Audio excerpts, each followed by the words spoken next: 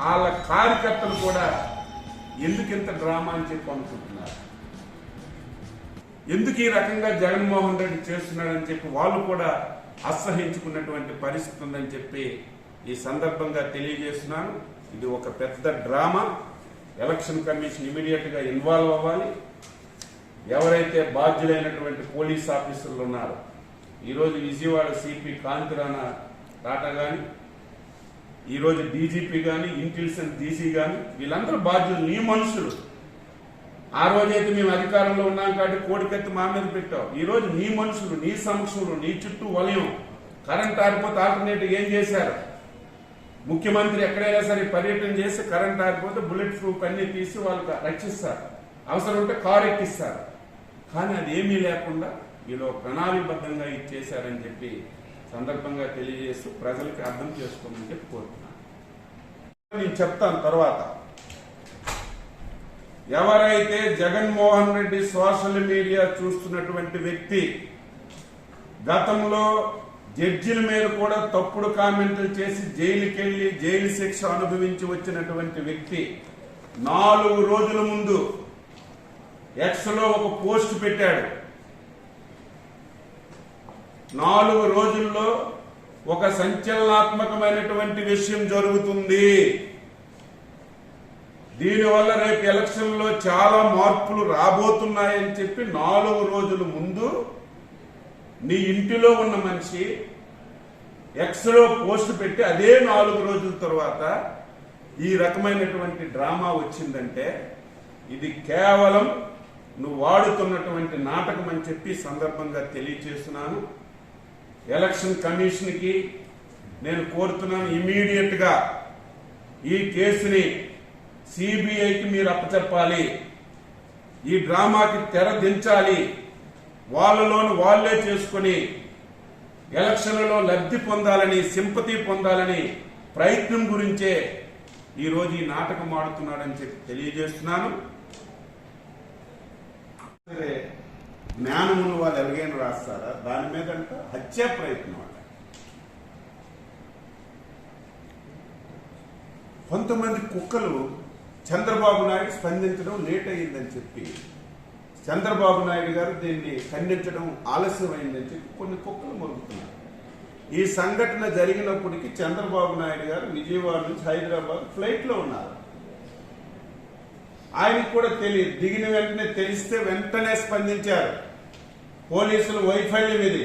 పోలీసులు ఒకవేళ జరిగి ఉంటే ఎందుకు పట్టుకోలేరు, ఎవరి వల్ల జరిగింది అని చెప్పి పోలీసులు, నీ పోలీసులు, కరెంటు పోయిందంటే నీ ఏఈలు, నీ ఎస్ఈలు, నీ డిఈలు, నీ ఇంటెలిజెన్స్ మొత్తం టోటల్ గా నువ్వు నీ చేతిలో పెట్టుకొని సిగ్గు లేకుండా చంద్రబాబు నాయుడు మీద, ప్రతిపక్షాల మీద నువ్వు దాడి చేస్తావు. నేను అడుగుతున్నాను, ఏం జగన్మోహన్ రెడ్డి, మేము ప్రజాస్వామ్య వాదులం కాబట్టి, ప్రజాస్వామ్యాన్ని నమ్మాం కాబట్టి నీ మీద దాడి జరిగినా జరగకపోయినా ఖండించాం మేము. ఏం చంద్రబాబు నాయుడు మీద 5 సంవత్సరాలు ఎన్నిసార్లు మీరు దాడి చేశారు? చెప్పులు ఇసిరారు, రాళ్లతో కొట్టారు. ఆ రోజు ఏమంటారు? భావ స్వేచ్ఛ ప్రకటన, ఎవరైనా ఇసురుకోవచ్చు అని చెప్పి డీజీపీ మాట్లాడారు. ఒక్కరోజే నువ్వు ఖండించావా? సిగ్గుందా చంద్రబాబు నాయుడు గారు ఖండించలేదని చెప్పి మాట్లాడడానికి? ఇది ప్రజలు అసహించుకుంటున్నారు. ఈ రోజు తెల్లవారి సోషల్ మీడియా చూస్తే అసహించుకుంటున్నారు. ఇది ఒక ప్రణాళికాబద్ధంగా జరిగింది. నీ ఇంటిలో ఉన్నటువంటి సోషల్ మీడియా పేరు ఏది ఉంది? సుధీర్ రెడ్డి కాదు, ప్రతి ఒక్కడి చేతిలో ఒక ప్లే కార్డు పట్టుకుని ఇది చంద్రబాబు నాయుడు చేయించాడని చెప్పి ధర్నాలు, రాస్తారోకాలు చేశారు.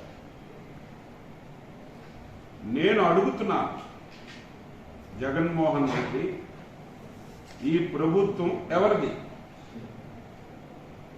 నీ పర్యటనలో 3 గంటలు పవర్ కట్ అయింది.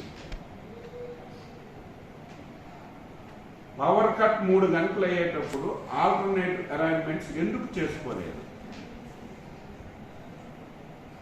పోలీసులు రో పార్టీ ఏమైంది?